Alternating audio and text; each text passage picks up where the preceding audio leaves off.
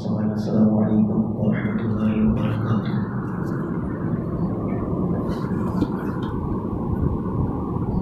نحمده ونصلي على رسوله الكريم۔ أعوذ بالله من الشيطان الرجيم، بسم الله الرحمن الرحيم۔ فإذا قرأت القرآن فاستعذ بالله من الشيطان الرجيم۔ صدق اللہ العظیم۔ آئیے ہم اور آپ مل کر سب سے پہلے جس کے صدقے میں اللہ تعالیٰ نے ساری کائنات کو پیدا کیا ہے وہ ہے آقا نامدار مدنی تاجدار جناب احمد مصطفیٰ محمد مصطفیٰ صلی اللہ علیہ وسلم پر بے انتہا درود و سلام کی ڈالیاں نچھاور کیجیے، بلند آواز سے پڑھیے اللہم صلی علی سیدنا محمد وعلى آل سيدنا محمد كما تحب وترضى بها وآله وصحبه دائما أبدا۔ پھر سے ایک مرتبہ نبی اور آل نبی پر اپنی عقیدت محبت کا ثبوت پیش کرتے ہوئے بلند آواز سے درود شریف کی ڈالیں نچھاور کیجیے۔ اللهم صل على سيدنا محمد وعلى آل سيدنا محمد صلى الله عليه وسلم۔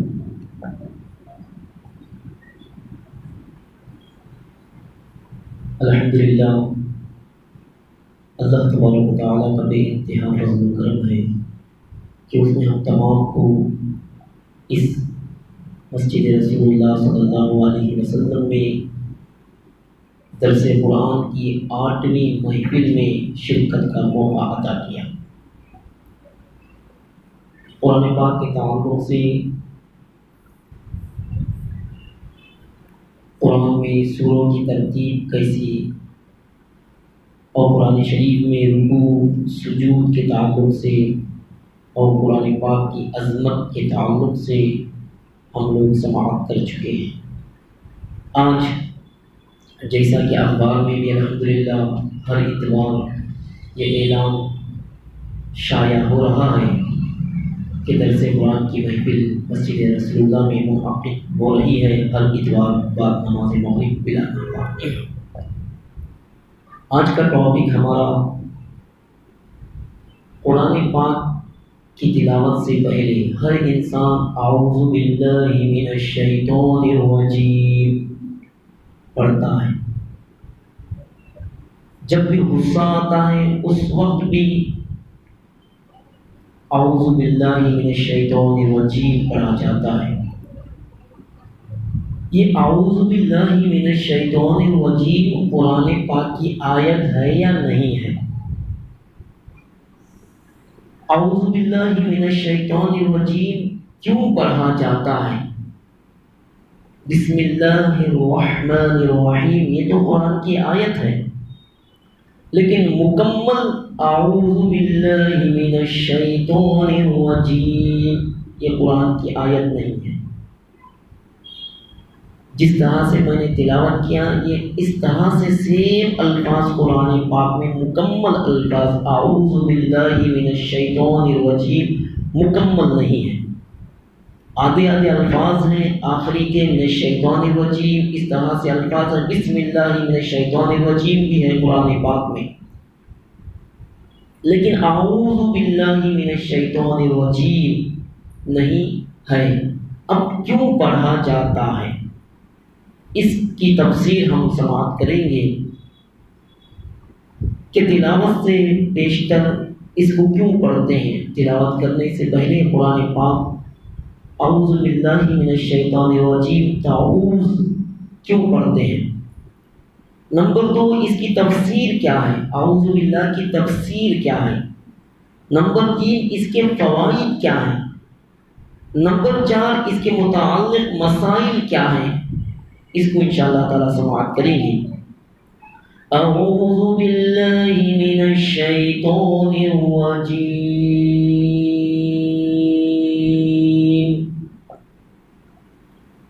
پناہ پکڑتا ہوں اللہ کی شیطان سے نکالا ہوا۔ ایک دوسرا ترجمہ میں نکالے ہوئے شیطان سے اللہ کی پناہ چاہتا ہوں، میں نکالے ہوئے شیطان سے اللہ کی پناہ چاہتا ہوں۔ اب اس کا ترجمہ ہم لوگوں نے سنا، اب ایک ایک لفظ کا ترجمہ سماعت کریں گے۔ اعوذ باللہ من الشیطان الرجیم کا ایک ایک لفظ کا ترجمہ کیا ہے؟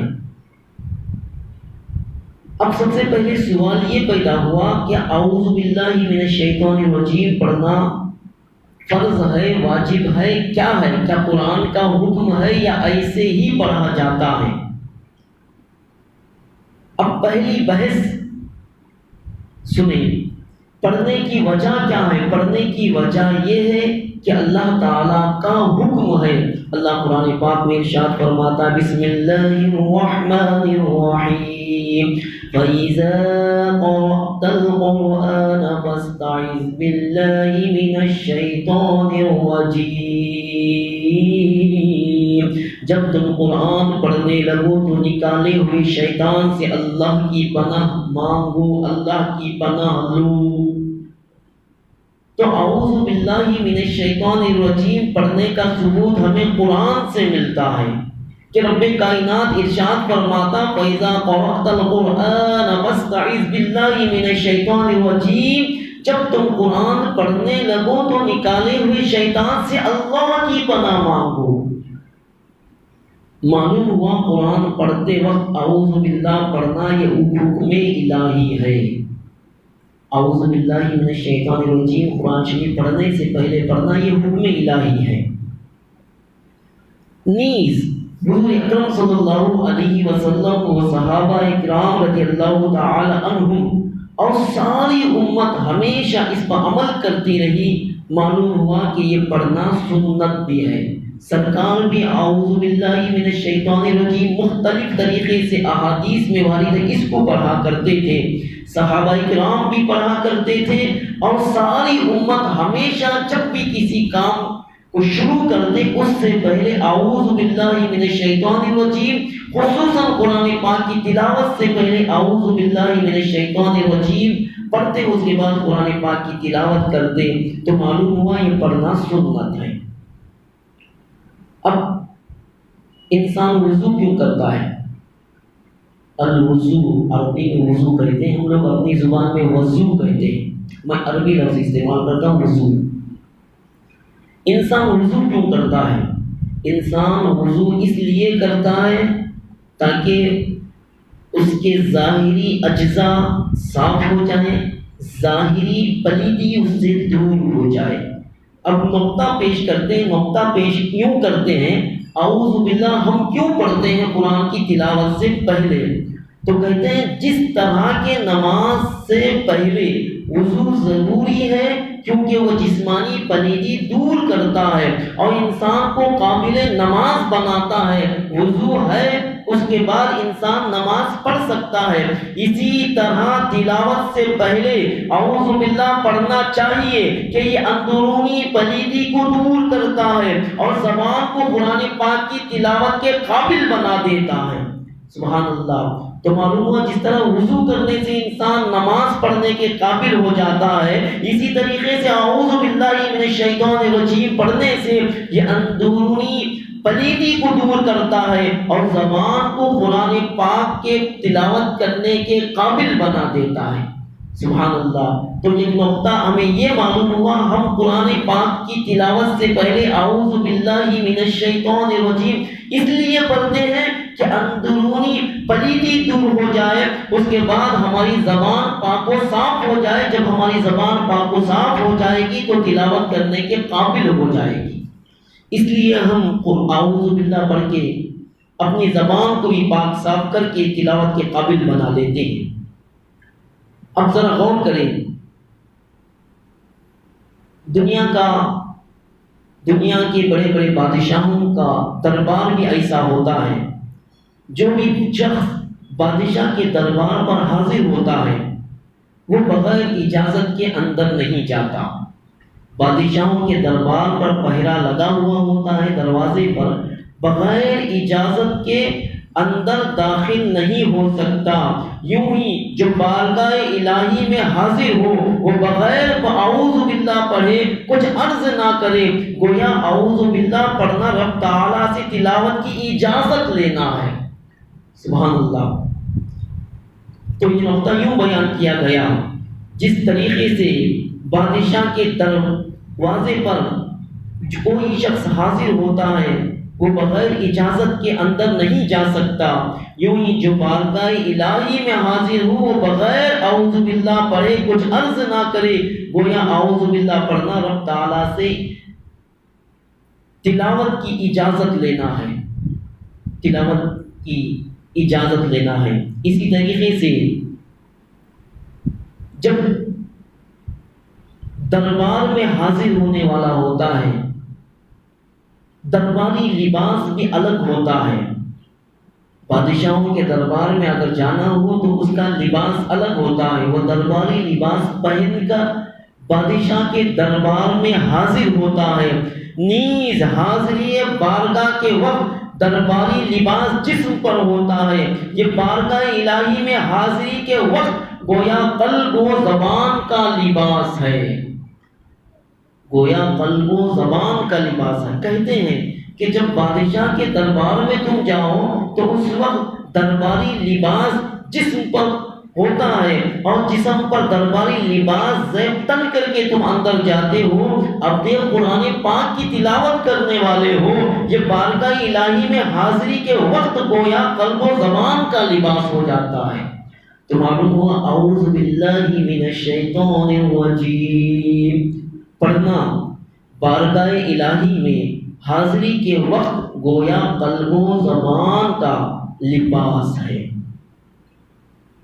اب اعوذ باللہ کی تفسیر سماعت کریں۔ اعوذ کا معنی کیا ہوتا ہے؟ یہ اعوذ کس سے مشتق ہے؟ لفظ اعوذ اعوذ سے مشتق ہے۔ ذرا غور کریں تاکہ آپ کا بھی ذہن کھلے گا اس سے۔ یہ اعوذ کیسے بنا؟ جیسے مثال کے طور پر ایک لفظ سمجھاؤں، یہ خدائی فعالہ کیا اس ایک شخص نے، عربی میں فعالہ کیا اس ایک شخص نے، فعالہ کیا ان دو مردوں نے، فعلو کیا ان سب مردوں نے۔ گرامر کے حساب سے یہ ایک لفظ ہوتا ہے وہ، لیکن بدلتے بدلتے معنی بھی بدلتا ہے۔ اسی طریقے سے فاعل کام کرنے والے کو کہتے ہیں، مفعول جس پر کام مکمل ہوا ہو، جس پر کام ہوا ہو، مفعول کہا جا رہا ہے۔ یہ فعالہ سے بنا۔ اسی طریقے سے یہ اعوذ جو کہتے ہیں یہ کس لفظ سے نکلا ہے اعوذ، اور اس کا معنی کیا ہے؟ سنیں، لفظ اعوذ اعوذ سے مشتق ہے اور اعوذ کے دو معنی۔ کہتے ہیں کہ یہ علمی بحث ہے، ضرور سماعت کریں۔ لفظ اعوذ اعوذ سے مشتق ہے اور اعوذ کے دو معنی ہیں۔ ایک ہوتا ہے التجا کرنا، پناہ لینا، پناہ پکڑنا۔ نمبر دو ملنا۔ ایک معنی ہوا اعوذ کا التجا کرنا یا پناہ پکڑنا، دوسرا معنی ہوا ملنا۔ پہلے معنی کے لحاظ سے اس کا مطلب یہ ہوگا کہ میں پناہ پکڑتا ہوں، التجا کرتا ہوں اللہ سے، اور دوسرے معنی کی بنا پر مطلب یہ ہوگا کہ میں اپنے نفس کو فضل الہی اور رحمت الہی سے ملاتا ہوں۔ اب لفظ اللہ کی تفسیر، بسم اللہ کی تفسیر میں ہم سماعت کریں گے تو یہاں پر تفسیر میں بتایا گیا دوسرے معنی ملنا، پہلے معنی کے حساب سے اس کا مطلب یہ بتایا یعنی التجا کرنا، پکڑنا۔ اس کا مطلب یہ ہوگا کہ میں پناہ پکڑتا ہوں، التجا کرتا ہوں اللہ سے۔ اب التجا کر رہے ہم اللہ سے، اے پروردگار عالم بڑی مصیبتیں ہیں، یا اللہ ہم جب نماز پڑھنے کا ارادہ کرتے ہیں شیطان ہمیں روکتا ہے، یا اللہ جب بھی ہم اذان سنتے ہیں اس وقت نماز کا ارادہ پیدا ہوتا ہے، نماز کے لیے حاضر ہو جائے، لیکن شیطان ہم پر دنیاوی کام میں مشغول کر دیتا ہے، یا ہم پر غالب اس طرح آتا ہے کہ ہمیں نیند طاری کرتا ہے، یا اللہ ہمیں نماز سے روکتا ہے یہ شیطان، ہمیں غفلت دلاتا ہے، اے اللہ ہم اس سے تیری پناہ چاہتے ہیں۔ تو یہ معنی ہوا التجا کرنا، پکڑنا۔ تو اس کا مطلب یہ ہوتا ہے کہ میں پناہ پکڑتا ہوں، التجا کرتا ہوں اللہ سے۔ اور دوسرے معنی کی بنا پر مطلب یہ ہوگا کہ میں اپنے نفس کو فضل الہی اور رحمت الہی سے ملاتا ہوں۔ دوسرا اعوذ کا معنی بتایا کہ ملنا۔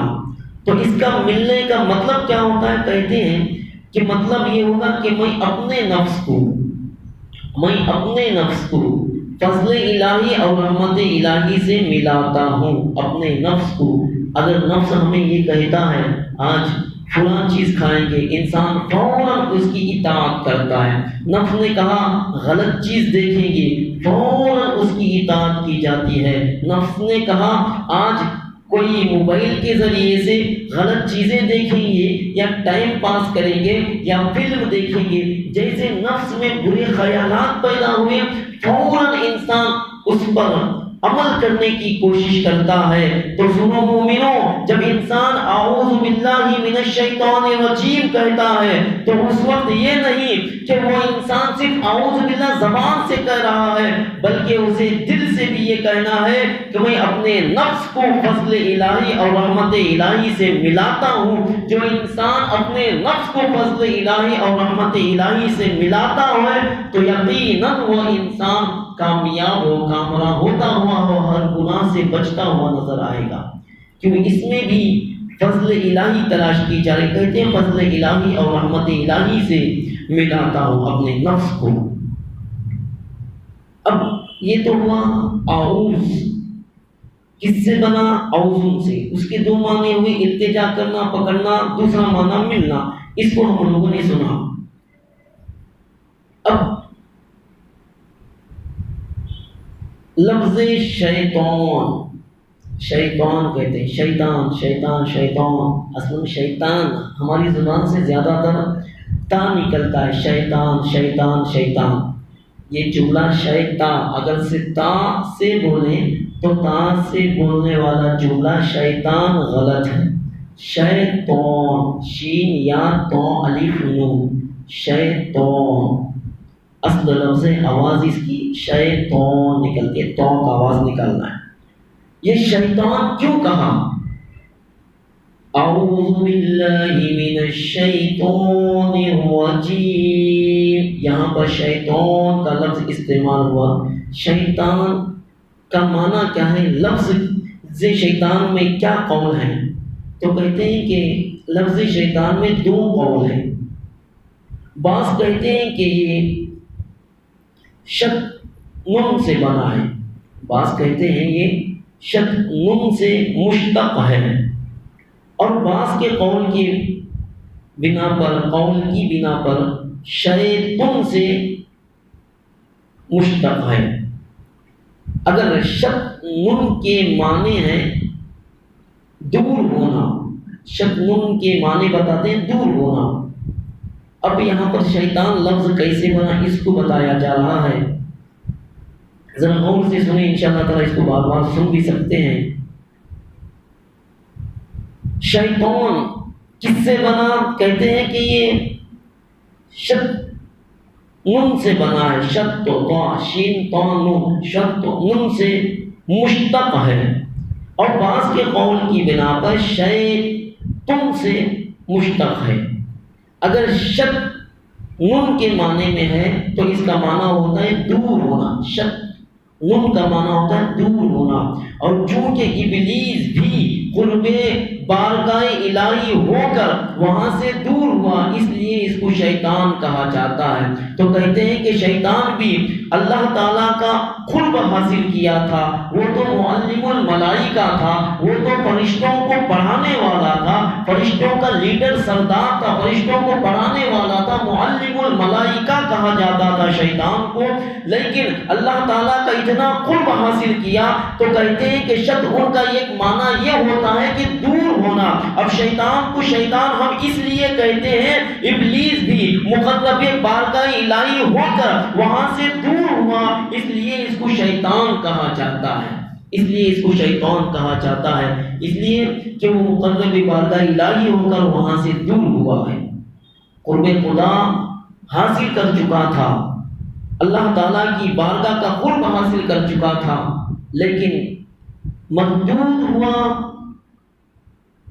دور ہوا، اس لیے اس کو شیطان کہا جاتا ہے، شیطان۔ اور کہتے ہیں آگے شیطان، دوسرا جو معنی بتایا گیا شیطان کا، شیطان کے معنی ہے ہلاک ہونا یا باطل ہونا، اور چونکہ ابلیس بھی سرکشی کی وجہ سے ہلاک ہوا، اس کا سارا پچھلا کیا دھرا باطل ہو گیا، اس لیے اس کو شیطان کہتے ہیں۔ تو معلوم ہوا ایک شیطان کا ایک معنی شیطان کے سے اگر مشتق ہے تو اس کا معنی ہوتا ہے ہلاک ہونا یا باطل ہونا، اور چونکہ ابلیس بھی سرکشی کی وجہ سے ہلاک ہوا، اللہ نے حکم دیا تھا آدم علیہ السلام کو سجدہ کرو، لیکن اس نے کہا میں سجدہ نہیں کرتا، اور دیگر ذرائع کے ذریعے سے اس نے انکار کیا، تب اللہ تعالیٰ نے ارشاد فرمایا فسجدوا الا ابلیس ابى واستكبر وكان من الكافرین، کہا اللہ تعالیٰ نے۔ تو معلوم ہوا، تو کہتے ہیں کہ شیطان کے معنی میں ہے، اس کا معنی ہلاک ہونا یا باطل ہونا ہے، چونکہ ابلیس بھی سرکشی کی وجہ سے ہلاک ہوا، اس کا سارا پچھلا کیا دھرا باطل ہو گیا، اس لیے اس کو شیطان کہتے ہیں۔ جتنا کیا تھا سارا باطل ہو گیا، برباد ہو گیا، ہلاک ہو گیا سارا عبادت ریاضت، اس لیے اس کو شیطان کہتے ہیں۔ تو ہمیں معلوم ہے شیطان کو شیطان کیوں کہتے ہیں۔ اب شیطان الرجیم ہے، اعوذ باللہ من الشیطان الرجیم، رجیم رجیم کے اوپر زبر ہے تو رابر ہوتی ہے، اس لیے رجیم ہوتا ہے۔ رجیم کیوں کہا جا رہا ہے، اب اس کا بھی معنی سمجھاتے ہیں انشاءاللہ۔ اس کا معنی میں اگلا اتوار بعد نماز مغرب پیش کروں گا، اس لیے کہ آپ کو یہ مشکل ہو رہا سمجھنا۔ انشاءاللہ تعالیٰ رجیم کے بعد کا میں ترجمہ اور تفسیر میں پیش کر لوں گا، ایک ہی مرتبہ میں آپ پر ایک کلاس گزر رہا ہے، مشکل ہو رہا ہے سمجھنا۔ اب آئیے اس کی تفسیر کیا ہے، تفسیر سماعت کرتے ہیں۔ ایک عالمانہ تفسیر ہوتی ہے، ایک صوفیانہ تفسیر ہوتی ہے۔ عالمانہ تفسیر سماعت کر لیں، انشاءاللہ تعالیٰ آج کا اس درس کو یہیں پر ختم کرتے ہیں۔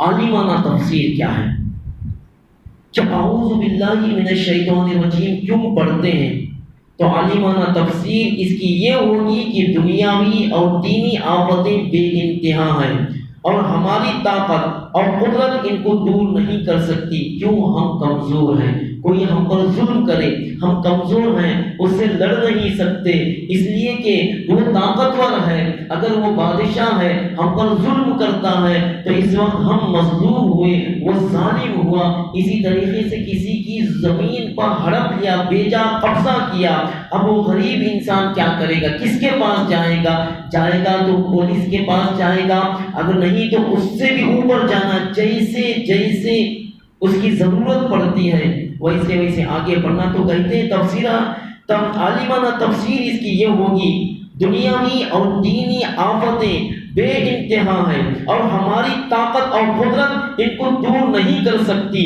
کیونکہ ہم کمزور ہیں، اور جب کمزور شخص کسی بڑی مصیبت میں پھنس جائے تو اس کو ضروری ہوتا ہے کہ وہ کسی قوت والے کی پناہ لے لے اور اس کی امان میں آئے، اور جتنی بڑی آفت ہو اتنی ہی بڑی قوت قوی ذات کے ساتھ پناہ لینا ضروری ہوتا ہے۔ معمولی دشمنوں کو دفاع کرنے کے لیے تھانہ دار یا پولیس کی پناہ کافی ہوتی ہے۔ معمولی کوئی انسان دشمن ہو جاتا ہے ہماری بات سے وہ سمجھ نہیں رہا ہے، یہاں تک کہ لوگ اسے سمجھانے کی کوشش کرتے ہیں، اس کے باوجود بھی وہ سمجھ نہیں رہا ہے، آخری میں مسلمان پولیس کے پاس جاتے ہیں، یہ کہتے ہیں کہ معمولی دشمنوں کو دفاع کرنے کے لیے تھانے دار یا پولیس کی پناہ کافی ہوتی ہے، اور بڑی مصیبت دفاع کرنے کے لیے کپتان پولیس ڈپٹی کمشنر، گورنر کے پاس جانا پڑتا ہے۔ جیسی جیسی اس کی بڑی مصیبت ہوتی ہے وہ چھوٹی جگہوں سے نہیں آسان حل نہیں ہوتی، اس لیے جیسی بڑی مصیبت ہوتی ہے بڑے ان کے پاس جانا ضروری ہوتا ہے۔ اسی طریقے سے بلکہ بعض صورتوں میں بادشاہ کی پناہ لینا ضروری ہوتا ہے، چونکہ شیطان نہایت قوی دشمن ہے، اس کے مکر و فریب غیر متناہی ہیں۔ اتنے بڑے دشمن اور اتنی مصیبتوں سے بچنے کے لیے اس ذات کی پناہ لینا ضروری ہے جو قادر مطلق اور حی و قیوم ہے۔ اس لیے انسان سے کہلوایا گیا کہ اے بندے یہ کہہ لے تو میری پناہ میں آ، اور کہے اعوذ باللہ من الشیطان الرجیم۔ پھر یہ لطف بات یہ ہے کہ یہاں یہ نہ کہا گیا کہ شیطان کے کس دھوکے سے پناہ مانگنا ہے۔ یہ ایک تو معلوم ہوا جس طریقے سے معمولی دشمن ہوگا اس کو دفاع کرنے کے لیے اس حساب سے اس لیول سے اس کے پاس جاتے ہیں مدد چاہنے کے لیے۔ اس ایریے میں کوئی بھی ایریا ہو، محلہ ہو، اگر کوئی ستا رہا ہے تو سمجھاتے سمجھاتے آخری میں جو محلے کا بڑا ایریا کا بڑا ہوتا ہے اس کے پاس جا کر کہتے ہیں فلاں مجھے تکلیف دیتا ہے، آپ اسے سمجھائیں۔ اگر وہ سمجھاتے تو وہ خاموش ہو جائے۔ اسی طریقے سے محترم سامعین کہتے ہیں کہ دنیا میں مصیبتیں ہیں، پریشانیاں آتی ہیں، اس کو دور کرنے کے لیے سچویشن حل موجود ہے، انسان وہاں تک پہنچتا ہے، وہ حل مشکلات کی شکل مشکلات اس کا حل نکلتی ہیں، بن کر نکلتی ہیں۔ اسی طریقے سے شیطان ہمیں ہر طریقے سے روکتا ہے، شیطان ہمیں نماز سے روکتا ہے، شیطان ہمیں نیک کاموں سے روکتا ہے، شیطان ہمیں ہر جائز کام سے منع کرتا ہے۔ خلاصہ کلام یہ نکلتا ہے جس سے اللہ اس کے رسول راضی ہوتے ہیں، جن کاموں سے ان کاموں سے ہمیں روکتا ہے۔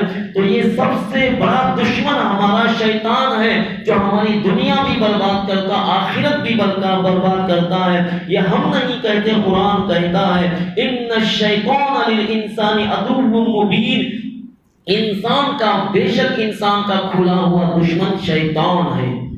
اب دشمن ہمارا شیطان ہے، سب سے بڑا دشمن شیطان ہے۔ انسان پولیس کی پناہ لے رہا ہے، انسان بادشاہ کی پناہ لے رہا ہے، آپ مجھے بچا لیں، آپ مجھے بچا لیں، یہ آدمی خراب آدمی ہے، اس کے شر سے مجھے بچا لیں۔ جو شیطان ہماری دنیا و آخرت کو برباد کر دے، اس لیے ہمارے پاس اللہ وحدہ لا شریک کی ایک ایسی ذات ہے جس کی ہم پناہ لیتے ہیں۔ اعوذ باللہ من الشیطان الرجیم، میں شیطان مردود سے اللہ کی پناہ چاہتا ہوں، میں نکالے ہوئے شیطان سے اللہ کی پناہ چاہتا ہوں۔ اب کوئی انسان جب اللہ کی پناہ لے لے، حاصل کر لے، تو شیطان اسے کچھ نہیں کر سکتا، شیطان اسے روک نہیں سکتا۔ اور اللہ والے ایسے ہی کرتے ہیں کہ وہ اللہ کی پناہ حاصل کرتے ہیں ہر کام سے، تو اللہ تعالیٰ ان کی ایسی مدد کرتا ہے، جب چاہتے ہیں عبادت کے لیے کھڑے ہو گئے، شیطان ان کو بہکا نہیں سکتا۔ اب اس لفظ میں یہ بھی بتایا گیا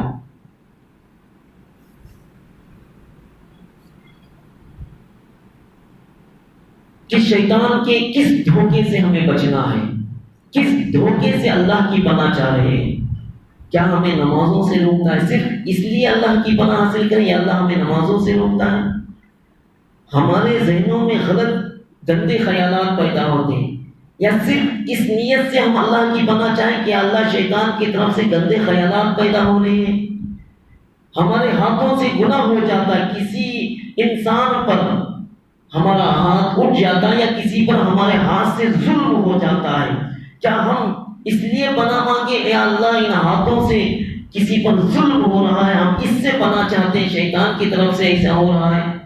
تو محترم سامعین، مختلف بے شمار ان گنت ایسی چیزیں ہیں، ایسی مصیبتیں، ایسی آفتیں ہیں، کسی ایک آفت کو لے کر ہم اللہ کی بارگاہ میں پناہ نہیں مانگتے، بلکہ مطلقاً یہ فرمایا گیا کسی دھوکے سے پناہ مانگتا ہوں یہ نہیں کہا، بلکہ یہ کہا گیا کہ میں ہر چیز سے جس سے اللہ اس کے رسول کے راضی ہوتے ہیں ایسے کاموں سے شیطان روکتا ہے، ان تمام چیزوں سے اللہ ہم تیری پناہ چاہتے ہیں، شیطان ہماری عبادت میں خلل نہ ڈال سکے۔ تو یہاں پر یہ بتایا گیا یہاں یہ نہ کہا گیا کہ شیطان کے کس دھوکے سے پناہ مانگتا ہوں، جس میں اشارہ اس جانب ہے کہ اس کے سارے وسوسوں خباثتوں سے پناہ مانگتا ہوں، تو گویا برے عقائد سے اللہ کی پناہ مانگتا ہوں، برے اعمال سے اللہ کی پناہ مانگتا ہوں، اچھے کام سے باز رہنے والے سے اللہ کی پناہ، اندرونی اور بیرونی رکاوٹوں سے اللہ کی پناہ، غرض جو چیز اللہ سے روکے اسی سے اللہ کی پناہ مانگتا ہوں۔ یہ تھی تفسیر عالمانہ تفسیر کو ہم لوگوں نے سنا ہے، تو انشاءاللہ تبارک و تعالیٰ اس کے بعد تفسیر